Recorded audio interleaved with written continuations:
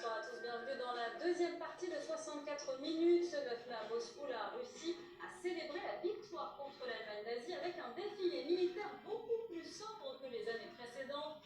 Pas de chars sur la place rouge, pas de démonstration massive d'armement, peu de dirigeants étrangers présents. Le tout sous la menace d'attaques de drones ukrainiens. La Russie est-elle sous pression? La peur a-t-elle changé de camp?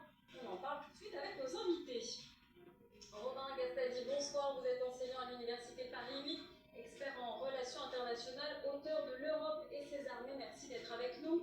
Paul Gauguin, journaliste, auteur de Moscou Parano, et justement on va en parler de la paranoïa, merci également d'être avec nous. Et en visio, Cyril Borel, professeur à Sciences Po. Alors pour la première fois depuis près de 20 ans, il n'y avait donc pratiquement aucun matériel militaire sur la place rouge, pas de chars, pas de missiles, d'habitude c'est une véritable démonstration de la force russe. Pourquoi le défilé était aussi réduit cette année, Paul Gauguin? Officiellement, c'est pour des questions de sécurité.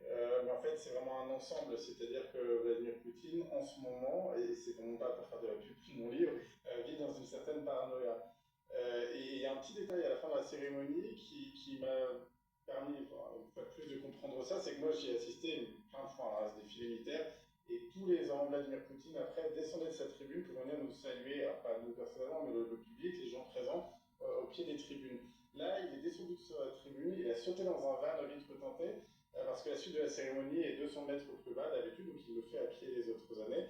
Et là, cette fois-ci, on sentait que l'objectif, c'était d'apparaître en public le moins longtemps possible. Oui, là, il y avait même très peu de public, les journalistes n'étaient pas accrédités, personne n'avait accès donc il n'a pas seulement, en fait, ce que je veux dire, c'est qu'il n'a pas seulement peur des drones ukrainiens, Vladimir Poutine, il a peur d'être assassiné, en fait, même par quelqu'un qui serait physiquement présent sur la place rouge. Alors la fête a été raccourcie, 45 minutes, un record d'au moins de 10 minutes pour le discours du chef du Kremlin, qui semblait quand même prêt à l'OTAN.